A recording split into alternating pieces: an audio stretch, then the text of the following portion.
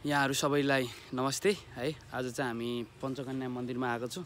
म चाहिँ आइराको थिएँ तर काठमाडौँबाट आएको हाम्रो प्यारो भाइ विवेक जङसाई चाहिँ आएको थियो फेरि।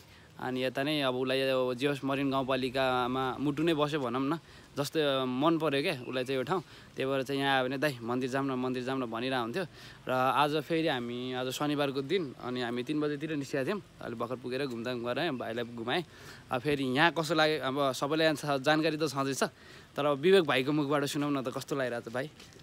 हेलो सबैलाई लासो फ्याफुल्ला जोरले है नमस्ते पनि। अनि ढोगरे पनि हाम्रो सुदूरपश्चिम कल्चरमा चाहिँ ढोगरे भन्छन्, दर्शन पनि भन्छन्। दर्शन र ढोगरे एउटै नै हो। खासमा मलाई चाहिँ अति नै मन पर्यो है यो ठाउँ।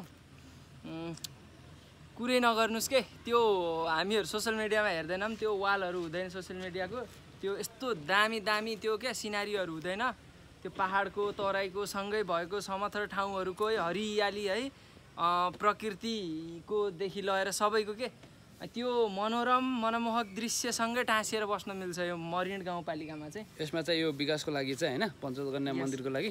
अनि यहाँ प्रत्येक मान्छेहरूले श्रमदान पनि गरेको थियो क्या। अनि यो चाहिँ नयाँ वर्षको दिनदेखि चाहिँ यहाँ मान्छेहरू चाहिँ पुरा भिड नै थियो। त्यतिखेर म मुस्ताङमा थिएँ। अनि यहाँ अनि त्यहाँबाट आइसकेपछि अनि ल अस्तिदेखि जाम भन्दै थिइस् नि। अनि आयौँ घुम्यौँ। अब यताउता अस्ति पनि आएको होइन, त्यो बेला आउँदाखेरि र अहिले आउँदाखेरि तैँले के फिल गरिस् त? त्यतिखेर हल्का अव्यवस्थित चाहिँ थियो, हल्का अव्यवस्थित थियो। यो मन्दिरको मात्र पर्टिकुलर कुरा गर्दाखेरि चाहिँ हल्का अव्यवस्थित थियो। अहिले चाहिँ धेरै नै व्यवस्थित भएको छ, धेरै नै राम्रो छ। तर यो ठाउँ चाहिँ ओभरअल अति नै राम्रो छ कि मरिन गाउँपालिका है। मान्छे चाहिँ कम हुन्छन्, तपाईँ मान्छेसँग घुलमिल हुनु भएको छ है, मान्छेसँग नबोलिकन बाँच्न सक्नुहुन्न अथवा बस्न सक्नुहुन्न भने चाहिँ गाह्रै हुन्छ।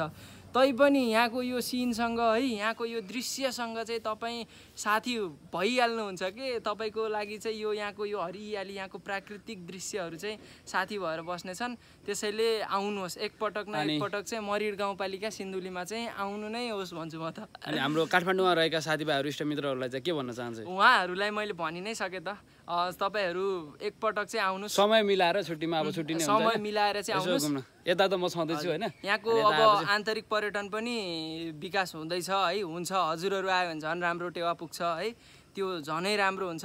आउनुहोस् एकचोटि चाहिँ आउनुहोस्। हाम्रो सुमन दाई घर पनि त हुँदो रहेछ यता, सुमन पुलामी मगरको यता हो हाम्रो सबैमा। अखिल क्रान्तिकारी त्रिचन्द्र क्याम्पस कमिटी अध्यक्षको घर पनि हो मरिन गाउँपालिका। हजुरहरू एकचोटि पालिदिनुहोस्। सुमन दाई पनि प्रसन्न हुनुहुन्छ नि त आइसकेपछि त। अफकोर्स भइहाल्नुहुन्छ नि भने। हस्, धन्यवाद, लाल सलाम।